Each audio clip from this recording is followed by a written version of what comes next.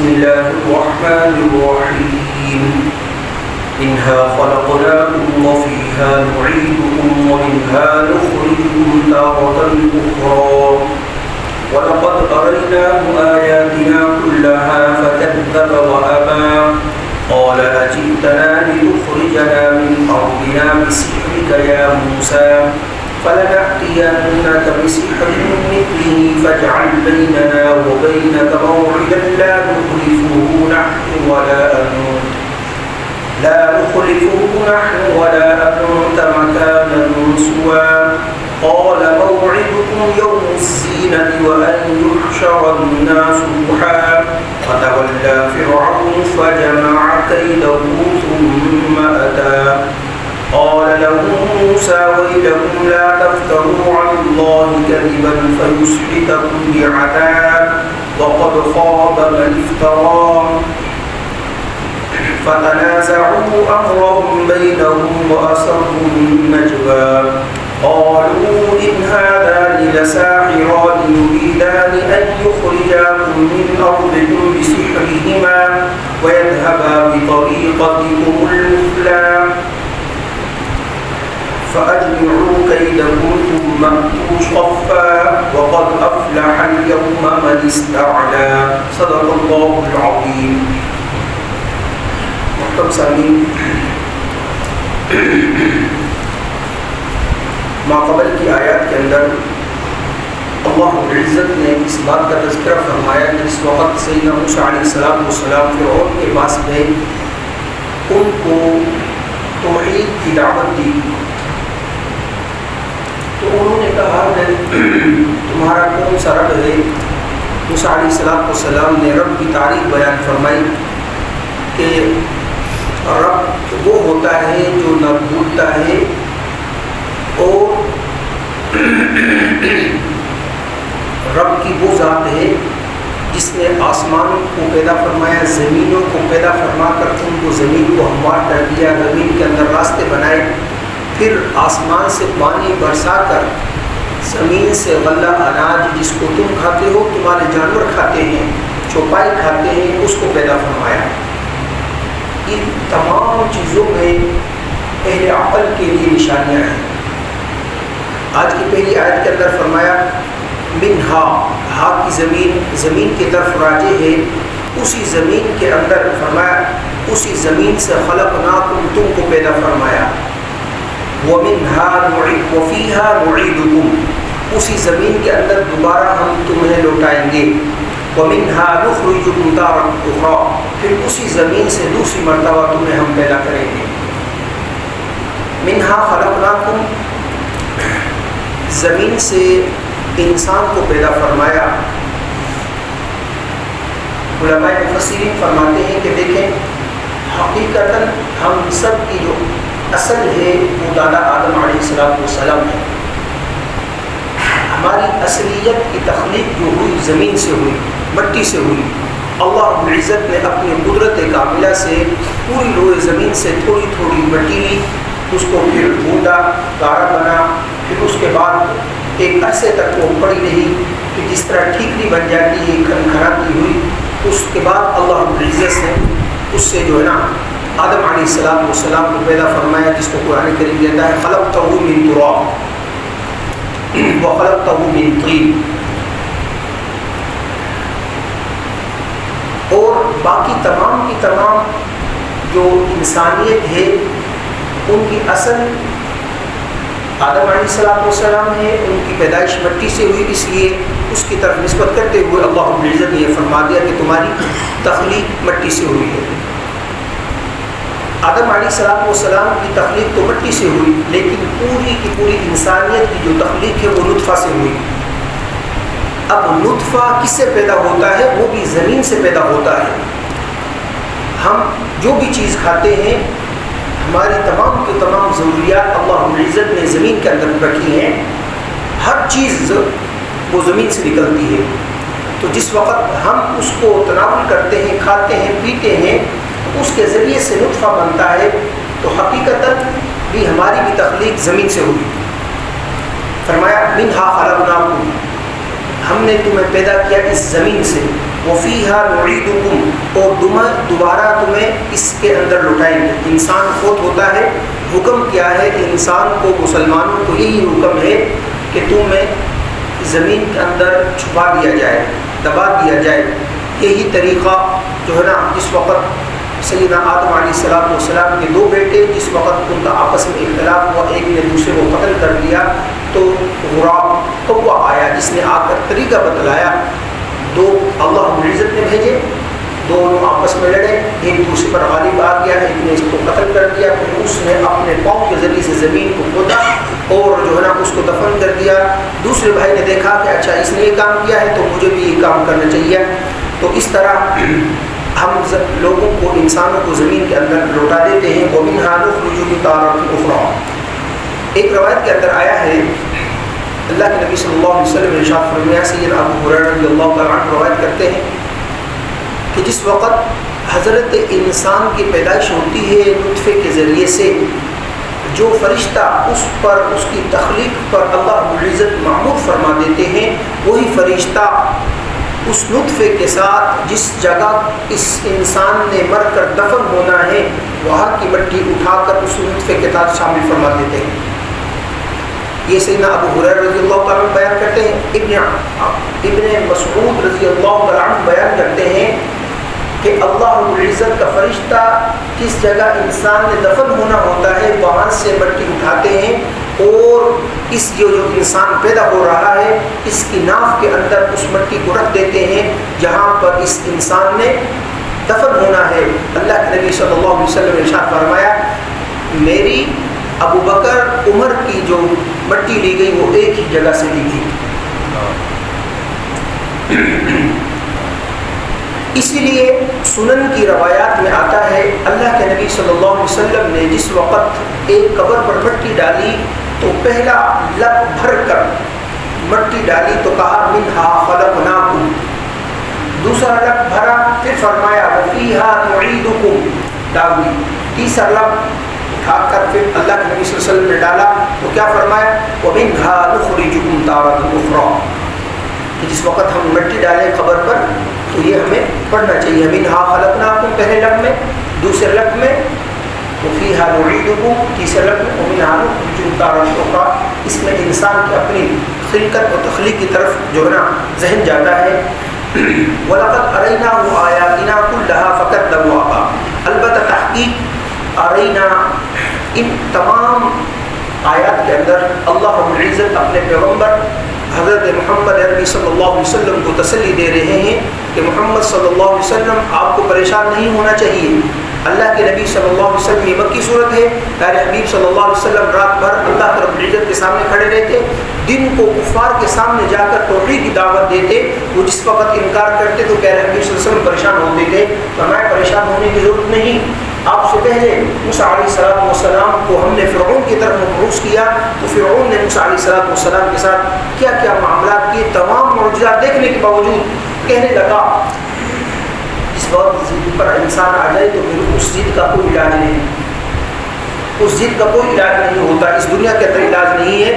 تو تمام نشانیاں دیکھ کر، دو نشانی یہاں پر بیان کی ہیں، اللہ رب العزت نے سورہ بنی اسرائیل آیت نمبر 101 کے اندر ارشاد فرمایا وَلَقَدْ آتَيْنَا 9 آیَاتٍ بَيِّنَاتٍ، ہم نے موسیٰ علیہ السلام کو 9 معجزات عطا فرمائی، 9 نشانیاں عطا فرمائی۔ وہ تمام کی تمام نشانیاں سیدنا موسیٰ علیہ السلام نے فرعون کے سامنے ظاہر کی کہ یہ معجزات مجھے اللہ رب العزت نے عطا فرمائے ہیں، اس کے باوجود وہ ہٹ درمی پر آ گیا۔ تو اللہ رب العزت نے اپنے پیارے حبیب صلی اللہ علیہ وسلم کو تسلی دی اور فرمائے وَلَقَدْ أَرَيْنَاهُ آيَاتِنَا، البتہ تحقیق ہم نے دکھلائی اپنی نشانیاں، تمام کی تمام نشانیاں فرعون کو 9 نشانیاں دکھلائی موسیٰ علیہ السلام نے، فَكَذَّبَ وَأَبَىٰ، اس نے انکار کیا اور جھٹلایا، تمام نشانیوں کو دیکھ کر، معجزات کو دیکھ کر جھٹلایا بھی، انکار کر دیا۔ قَالَ أَجِئْتَنَا لِتُخْرِجَنَا مِنْ أَرْضِنَا بِالسِّحْرِ يَا مُوسَىٰ، آگے سے کہنے لگا اے موسیٰ تو ہمارے پاس اس لیے آیا ہے تاکہ لِتُخْرِجَنَا مِنْ أَرْضِنَا، ہمیں ہماری زمین سے نکال دے، اس لیے تو ہمارے پاس آیا ہے۔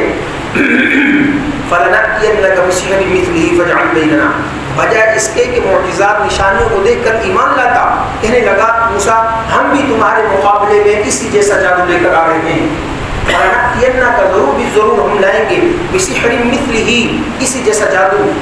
یعنی جو سیدنا موسیٰ علیہ السلام نے معجزات ان کو دکھلائے نا, کہنے لگا یہ تو جادو ہے, یہ تو کوئی معجزات نہیں ہے.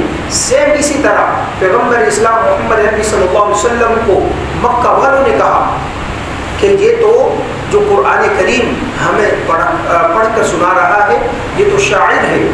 جب وہ اس سے باز نہ آئے پھر آگے کہنے لگے کہ نعوذ باللہ یہ تو جو ہے نا جادو کر رہا ہے, اس کا کلام ایسا مؤثر ہے جس پر بھی پڑھتا ہے تلاوت کرتا ہے وہ اس کا ہی کیا ہو جاتا ہے, غلام ہو جاتا ہے. نعوذ باللہ. انہوں نے بھی مکہ کے رہنے والوں نے بھی پیارے حبیب صلی اللہ علیہ وسلم کو جادوگر کہا. اس طرح فرعون نے موسیٰ کو کہا کہ تم جادوگر ہو. کہنے لگا بسحر مثلہ اسی جیسا ہم بھی جادو لے کر آئیں گے. فجعل بیننا وبینک بس بنا دیجئے ہمارے اور اپنے درمیان کیا موعدہ ایک وعدے کی جگہ. لا نخلفہ نحن ولا انت جس وعدے کو کہ نہ ہم مخالفت کریں گے نہ ہم مخالفت کرنا. اور یہ وعدے کی جگہ ایسا کیا ہو مکان سوا کھلے میدان میں ہو, کہیں چھپ کر نہ ہو بلکہ کھلے میدان میں یہ کیا ہو ہم بھی جادو دکھائیں آپ بھی اپنا جادو دکھانا اور ہمارے اور تمہارے درمیان ایک معاہدہ ہونا چاہیے, ایسا معاہدہ جس کا نہ ہم مخالفت کریں نہ آپ مخالفت کرنا.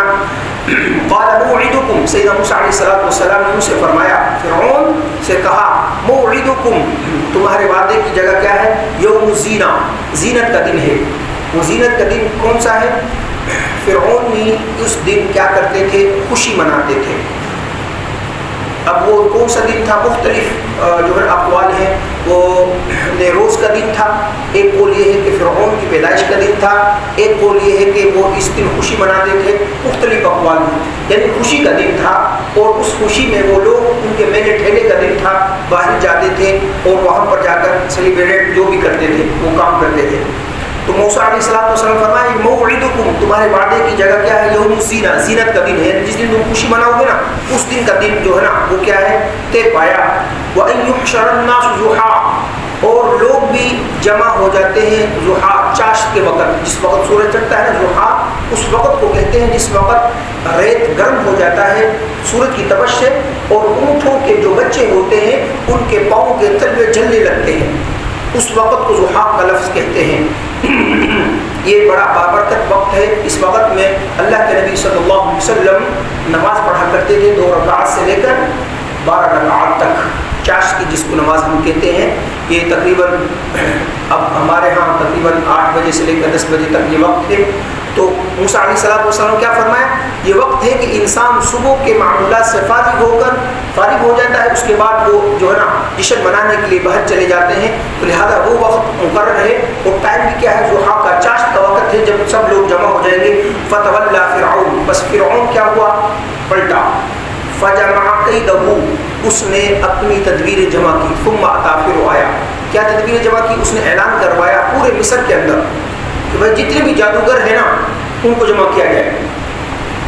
سب کے سب جادوگروں کو جمع کیا. علماء مفسرین فرماتے 70,000 تو صرف جادوگر تھے. آپ اندازہ لگائیں جادوگر تھے. اور آپ جانتے ہیں جس وقت کسی بھی بڑے مہمان کے پاس کوئی شخص جاتا ہے تو اکیلا تو نہیں جاتا. آج کے جدید زمانہ تو نہیں نا انسان جو ہے نا ایئرپلین میں اور جو ہے نا ہوائی جہاز میں بیٹھا چلا گیا. آج بھی جدید زمانے میں انسان اکیلے نہیں جاتے, 2-4 افراد تو ضرور جاتے ہیں. اس زمانے میں جس وقت گھوڑے اور جو ہے نا ان اونٹوں کا سفر تھا, پھر طویل سفر تھا, پھر پورا قافلہ ایک صورت میں جاتا تھا, تو سب کے سب لوگ اس نے پورے اطراف مصر میں اعلان جاری کر دیا جتنے بھی بڑے بڑے جادوگر ہیں ان کو جمع کیا جائے. وہ سب کے سب لوگ جمع ہو گئے. انہوں نے اپنے کرتب دکھانے شروع کر دیے. موسیٰ علیہ السلام نے بھی ان کو بھانپ لیا. اب آنے والے کون ہیں اتنے بڑے مقابلے کے لیے؟ فرعون کا وہاں پر تخت لگایا گیا اور جو اس کا بادشاہ تھا اس کے لیے بھی جو اس کا وزیر اعظم تھا, پھر تمام امراء وزراء کے لیے کرسیاں لگائی گئی, پھر سب کے لیے بڑا اسٹیج بنا. سب لوگ جمع ہو گئے.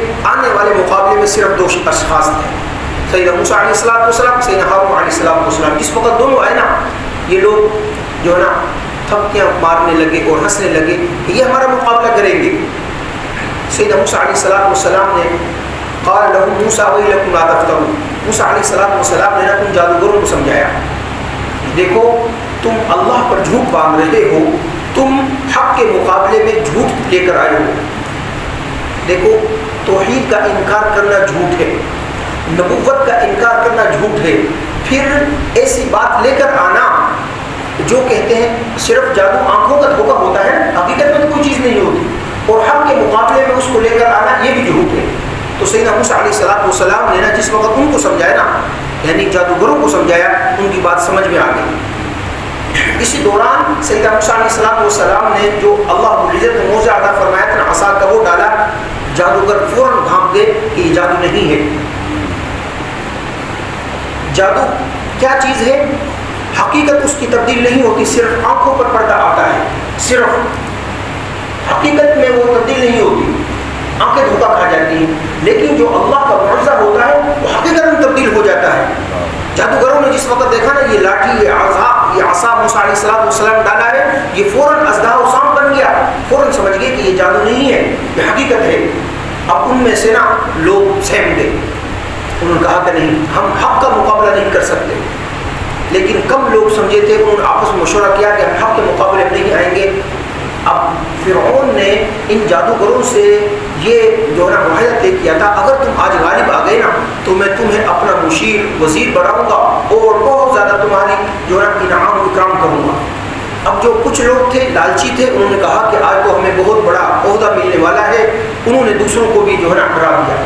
اس کا تذکرہ قال لهم موسیٰ، سیدنا موسیٰ علیہ السلام نے لهم ان سے کہا ویلکم، ہلاکت ہے تمہارے لیے، لا تفتروا علی اللہ کذبا، تم اللہ پر جھوٹ باندھتے ہو، تمہارے لیے ہلاکت ہے۔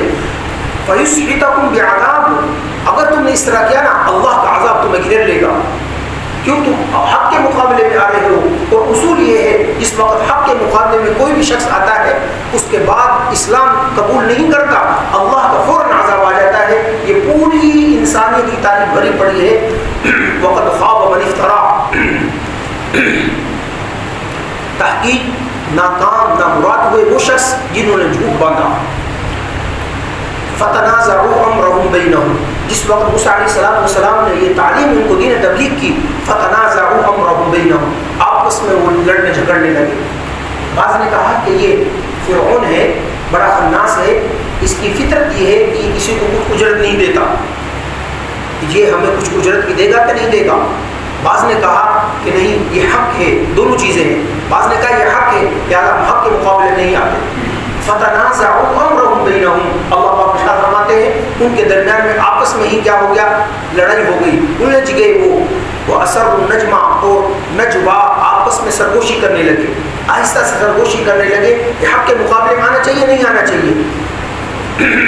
اب جو سمجھدار ہوتے ہیں وہ ہر جگہ پر ہر وقت میں تھوڑے لوگ ہوتے ہیں، بیوقوف کم عقل اکثریت ہوتے ہیں ہر جگہ پر۔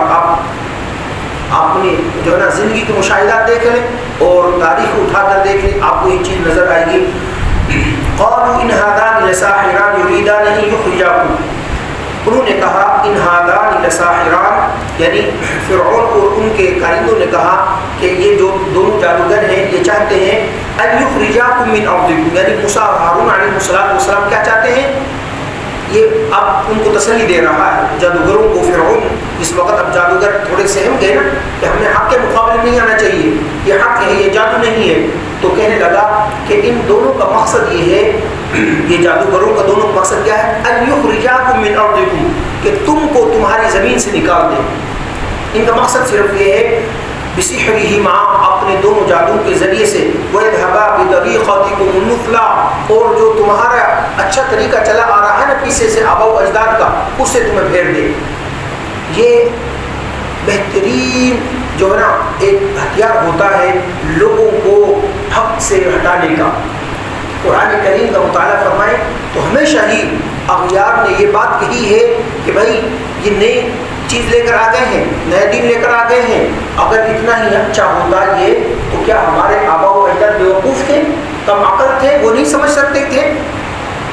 تو اب وہ اپنے متبعین کو، اپنے حامیوں کو یہ بات بتلاتے ہیں کہ یہ چاہتے ہیں تم کو تمہارے آباء و اجداد کے دین سے دور کر دے۔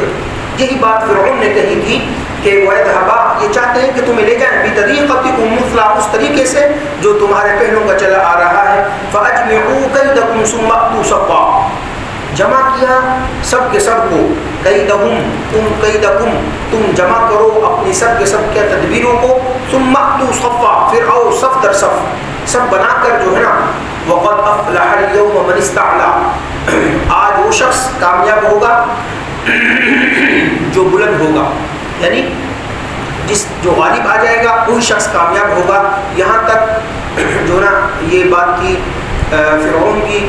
اگلے کل کے انشاءاللہ العزیز درس میں موسیٰ علیہ السلام نے جو ان کو کہا اس کا واقعہ ہے۔ اللہ رب العزت سے دعا ہے کہ اللہ پاک مجھے اور آپ کو قرآن کریم کے عوامر پر عمل کرنے کی توفیق عطا فرمائیں، نواحی سے بچ کر زندگی گزارنے کی توفیق عطا فرمائیں۔ آمین۔ وما علینا الا البلاغ۔